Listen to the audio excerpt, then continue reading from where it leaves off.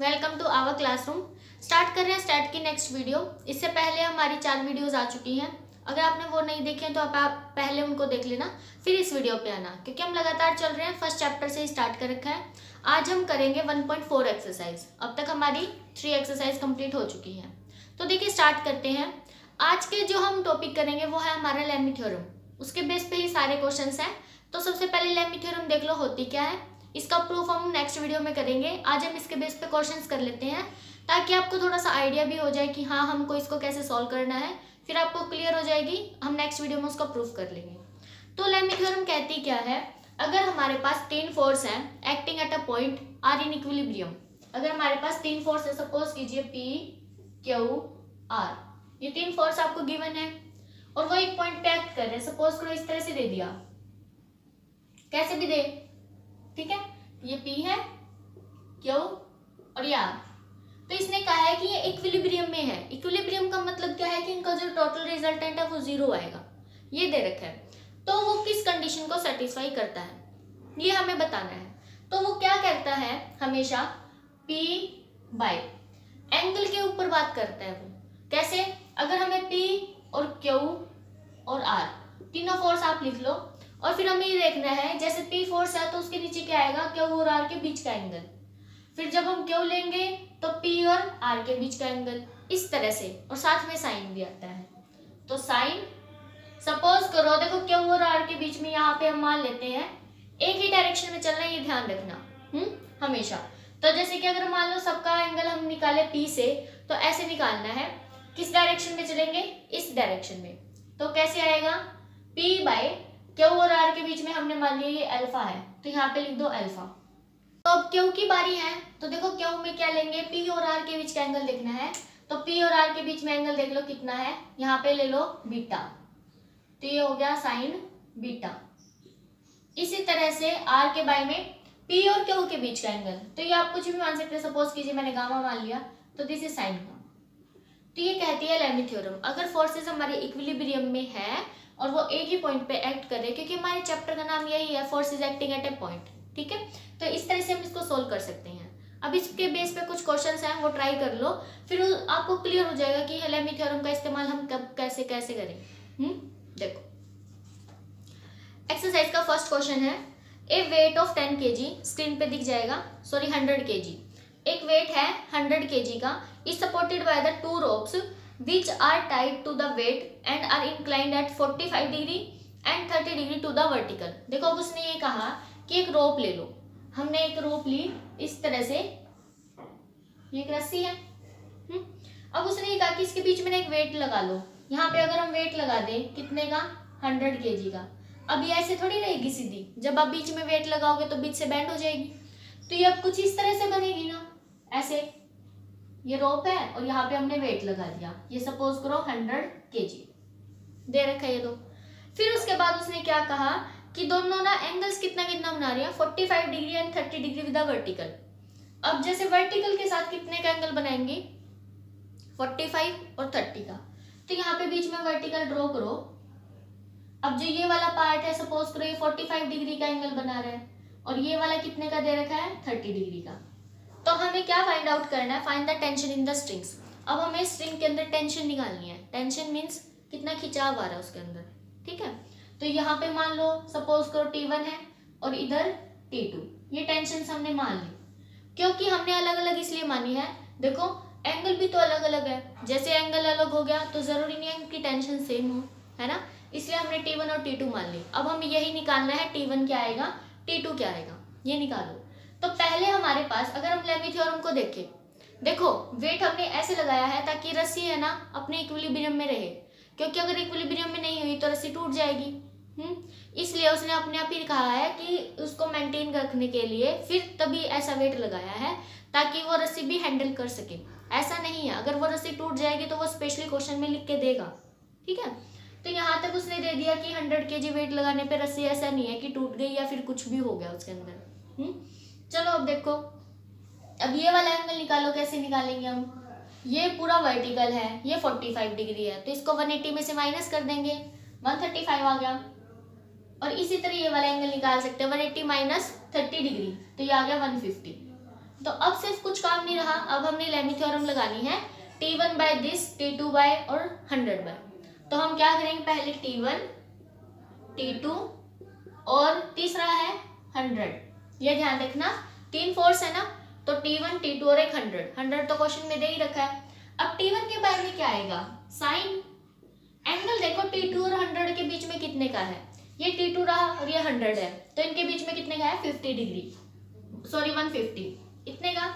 फिर T2 देखो, फिर T1 और 100 के बीच में, T1 और 100 के बीच में कितने का है, 135 का, तो साइन 135 और बाय साइन कितना है, 45 प्लस 30 डिग्री, तो कितना हो जाएगा 75। तो अब ये सारी वैल्यूज हमें फाइंड आउट करनी है।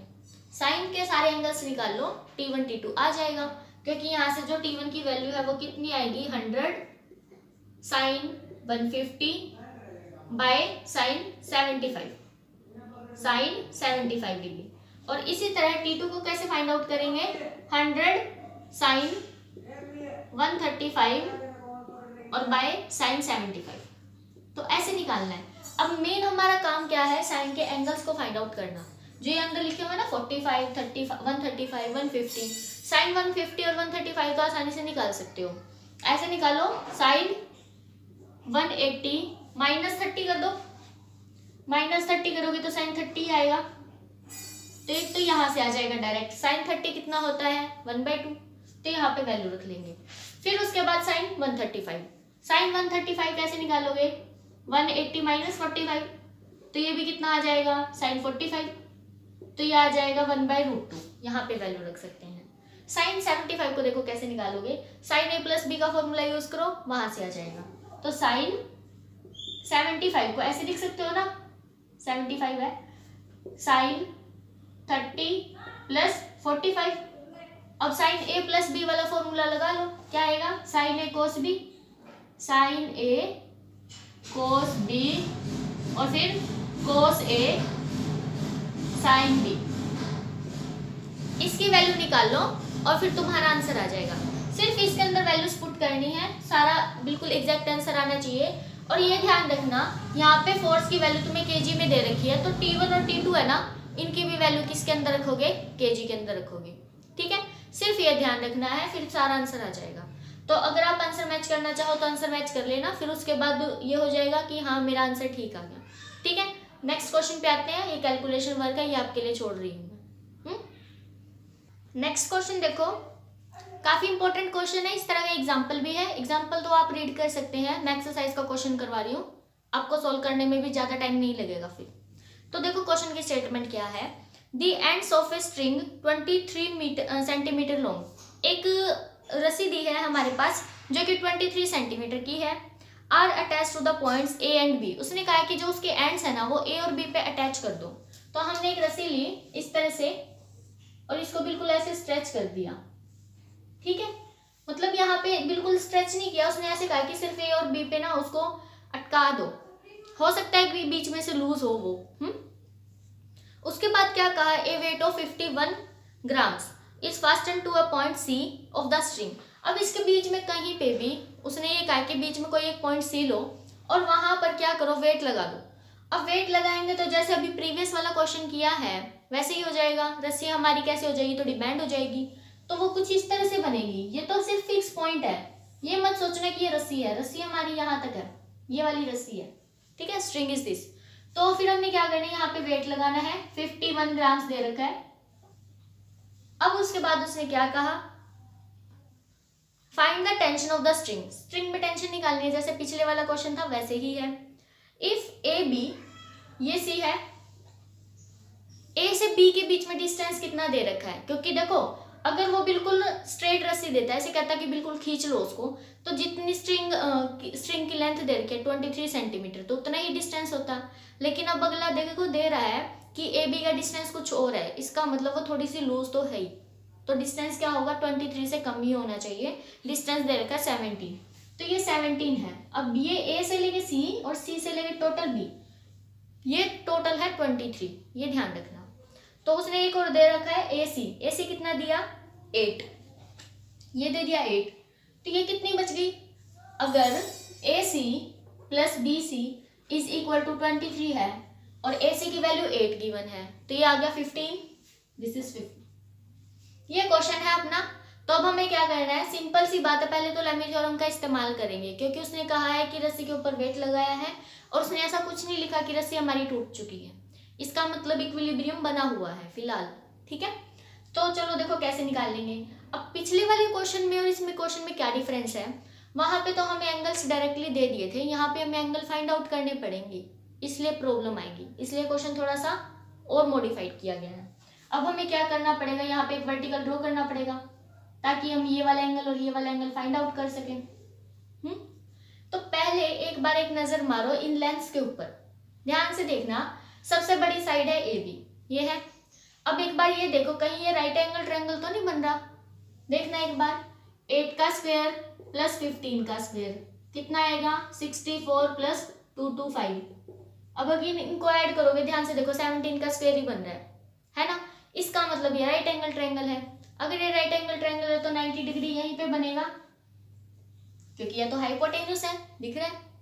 अब अगर ये 90 डिग्री है, फिर भी हमें अलग अलग तो एंगल पता नहीं चले, हमें तो टोटल एंगल पता चला है, तो हम क्या करेंगे, एक एंगल मान लेते हैं, दूसरे वाला 90 माइनस लिख देंगे, है ना। तो एक साइड मान लो थीटा है सपोज करो, और यहाँ पे मान लो 90 माइनस थीटा, ये तो अपने आप ही आ गया। हो सकता है इस साइड थीटा मान लो, उस साइड तुम्हारा आंसर आ जाएगा, ऐसे कर सकते हो। अब अगर ये वाला थीटा है तो ये देखो, ये हॉरिजेंटल है, ये वर्टिकल है, तो ये ऑब्वियस सी बात है 90 डिग्री ही बनाएगा। तो अगर ये थीटा, तो ये कितना आएगा, ये 90 माइनस थीटा आ जाएगा, क्योंकि ट्रायंगल्स के सभी एंगल्स का सम 180 डिग्री होता है, ये तो बताने की जरूरत नहीं है। इसी तरह ये 90 माइनस थीटा, तो ये थीटा आ गया। तो लगभग हमने मोस्टली एंगल्स फाइंड आउट कर लिए हैं। अब हम लेमी थ्योरम लगा सकते हैं। तो एक काम करो, पहले टेंशन सॉल्व मान लो, ये T1 और ये T2, तभी लगाएंगे ना लेमी थ्योरम। तो ये मैंने जब सब कुछ बताया है वो आपको अपनी वर्डिंग में लिखना भी है। फिर अब लेमी थ्योरम लगाने के बाद हम लिख देंगे T1, इसको T1 लिखो, T2 एंड 51, ये है। अब नीचे देखो क्या आएगा, साइन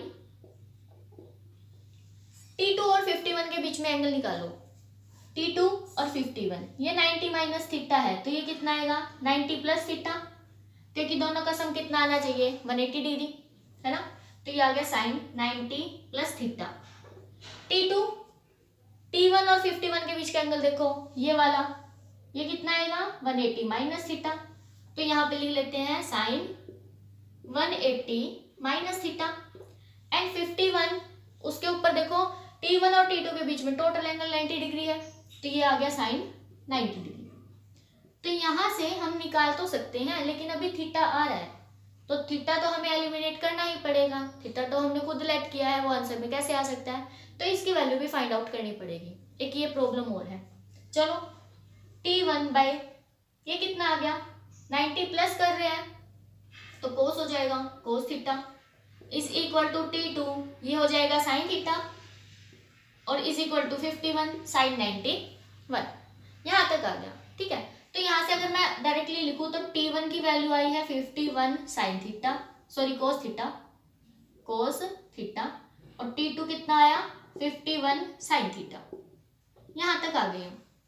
अब अगर मैं कोस थीटा और साइन थीटा भी निकाल पाऊँ तो अपना आंसर आ गया ना कंप्लीट। तो अब अपने ये काम और है। अब देखना, इस तरह से ट्रायंगल बन रहा है, ये 90 डिग्री है, इधर है अपना थीटा, तो ये 17, ये 8 और ये 15। अब इनका इस्तेमाल सिर्फ इसलिए नहीं था कि हम ये वाला एंगल फाइंड आउट कर सके, हम कोस थीटा साइन थीटा भी निकाल सकते हैं यहाँ से, तो निकाल लो। यहाँ से देखो ये थीटा है, तो अगर मैं कहूँ आपको कि साइन थीटा क्या आएगा, तो 15/17, और कोस थीटा कितना आएगा 8/17, है ना। तो यहाँ पे लिख लो cos theta is equal to 8/17 and sine theta is equal to 15/17। तो ये वैल्यूज इधर पुट कर लो, अपना आंसर आ गया। T1 is equal to 51, cos theta है तो 8/17, और साथ में ये भी देख लेना कि क्या दे रखी है यूनिट्स, T2 51 और साइन थीटा है 15/17, ठीक है। तो यहाँ से मेरे ख्याल से ये कैंसिल हो रहे हैं क्योंकि 17 की टेबल पे आ जाएगा, 3 पे कट जाएगा, तो 45 है और 24 है, तो एक आ रहा है 15 वाला आ जाएगा 45 और ये वाला आ रहा है 25, क्योंकि 3 पे कैंसिल हो रहा है ना, देख लो 15 3 जा 45 और ये इतना, और साथ में यूनिट भी ध्यान रखना कितना आएगा, किलोग्राम वेट। जब तक यूनिट नहीं लगाओगे तब तक तुम्हारा आंसर है ना कंप्लीट नहीं माना जाएगा। हो सकता है पूरा कराओ, 4 मार्क्स का क्वेश्चन है, 3 मार्क्स दे दे, क्लेम भी नहीं कर सकते कि हमारा पूरा ठीक है फिर ये मार्क्स कहाँ पे कटा है, वो कह देगा कि आपने यूनिट्स नहीं लिखी है। तो कभी इतनी मेहनत करके आओ सिर्फ इसके लिए 1 मार्क्स कटवा लो, तो ये ध्यान रखना। एक क्वेश्चन और करते हैं, इस तरह की एग्जाम्पल भी है और एक्सरसाइज का भी लास्ट क्वेश्चन है, ध्यान से देखना किस तरह से करेंगे। ऐसे ना एग्जाम्पल है ऑर्थो सेंटर पे, सरकम सेंटर पे, इन सेंटर पे और सेंट्रोइड पे, ये 4 टाइप्स के हैं। ये आपको बिल्कुल बेसिक से आने चाहिए कि सरकम सेंटर का मतलब क्या होता है, ऑर्थो सेंटर का, इन सेंटर का, सरकम सेंटर का। तो आज हम करेंगे सरकम सेंटर। फिर कोई भी डाउट हो तो कमेंट बॉक्स में लिख के बता सकते हैं। अगर फिर भी मतलब काफ़ी सारे डाउट्स हो तो टेलीग्राम ग्रुप को ज्वाइन कर लो, क्योंकि अभी पता है ना फरवरी में एग्ज़ाम है, फरवरी में एग्जाम है, तो आप क्या इतने सारे डाउट्स मैं वीडियो भी नहीं अपलोड कर पाऊंगी, तो टेलीग्राम ग्रुप में हम डिस्कशन कर लेंगे और फिर भी कोई डाउट हुआ तो उसकी वीडियो बना के हम सेंड कर देंगे, ठीक है। तो क्वेश्चन करते हैं, एक्सरसाइज का लास्ट क्वेश्चन है क्वेश्चन नंबर 11। देखो क्वेश्चन नंबर 11 क्या कहता है, forces P Q R acting along O A O B O C, 3 force दे रखी है पी क्यू आर और उनकी लेंथ दे रखी है ओ ए ओ बी ओ सी, इसके अलावा वो मूव कर रहे हैं, ये डायरेक्शन है उनकी, in the plane of triangle A B C. एक ट्रायंगल ले लो ए बी सी, ऐसे पहले तो ट्रायंगल बनाओ, ये ट्रायंगल है ए बी सी। अभी ओ हमें नहीं पता कहाँ पे है, तो देखो अभी आगे, प्रूव दैट, ये इक्विलिब्रियम में दे रखे हैं force, prove that if O is circumcentre, O है circumcentre of the triangle, then we have to prove this. अब सर्कम सेंटर होता क्या है, सर्कम सेंटर का मतलब ये होता है कि इन 3 पॉइंट्स की हेल्प से पहले आप एक सर्कल ड्रॉ करो, क्योंकि 3 अगर हमारे पास कोलिनियर नॉन कोलिनियर पॉइंट्स होते हैं तो उनसे हम एक सर्कल ड्रॉ कर सकते हैं, ये हमने 9th क्लास में पढ़ा है। तो हम यहाँ से क्या करेंगे, एक सर्कल ड्रॉ करेंगे, ऐसे ड्रॉ कर दो बिल्कुल अच्छे से, सही बन गया। अब इसका सेंटर देखो कहाँ पे आएगा, इसका सेंटर लगभग अगर मैं आइडिया लगाऊं तो इस साइड आएगा, ये सेंटर है, तो this is known as circumcentre for the triangle ABC, ये होता है सर्कम सेंटर। तो ये है हमारा ओ पॉइंट। अब दूसरी ये कहा है कि ओ से ए ये फोर्स, ओ से बी ये वाला एंड ओ से सी ये है, इन पे उसने फोर्स दे रखे रिस्पेक्टिवली पी क्यू आर, ये है पी क्यू एंड आर, ये दे रखा है। अब उसने सिर्फ ये कहा है कि लेमी थ्योरम का ही इस्तेमाल करेंगे। देखो प्रूफ में क्या चाहिए, P by Q by R by ये समथिंग चाहिए, तो ये लेमी थ्योरम में ही है वैसे भी, और इक्विलिब्रियम में 3 फोर्स दे रखे हैं तो हम लेमी थ्योरम लगा सकते हैं। अब कैसे करेंगे हम, अगर देखो लेमी थ्योरम लगानी है, फोर्स तो हमारे पास है अवेलेबल लेकिन एंगल्स नहीं पता, तो एंगल्स कैसे निकाले, सिर्फ यहाँ पे एंगल्स निकल गए तो पूरा क्वेश्चन हो जाएगा अपना।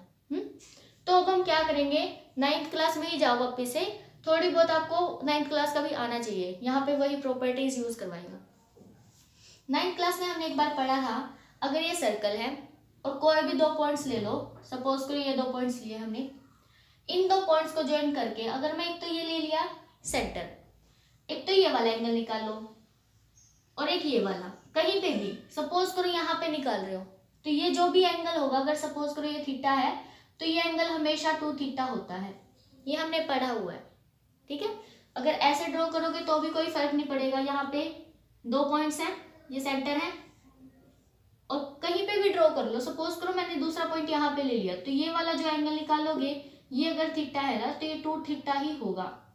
उसने कहा है कि एक सेंटर लो और एक सेंटर के अलावा कहीं पे भी बाउंड्री पे ले लो, बाउंड्री पे देखो ये वाला एंगल निकालो, बेशक ये भी थीटा ही है, ये वाला निकाल लो ये भी थीटा ही है, नीचे की साइड ले लो तो भी थीटा ही आएगा, ठीक है। इस तरह से हाँ यही, तो काफी सारे बना सकते हो आप, तो ऐसा कुछ जरूरी नहीं है कि किसी भी पर्टिकुलर डायरेक्शन में, ये हमने सब कुछ 9th क्लास में पढ़ा हुआ है, मैं सिर्फ आपको रिमाइंड करवा दी थी। अभी देखो कैसे करेंगे। अब यहाँ से बताओ ये वाला एंगल कितना आएगा, अगर मैंने जो ये अभी प्रॉपर्टी बताई है, मैं तब तक इरेज करती हूँ।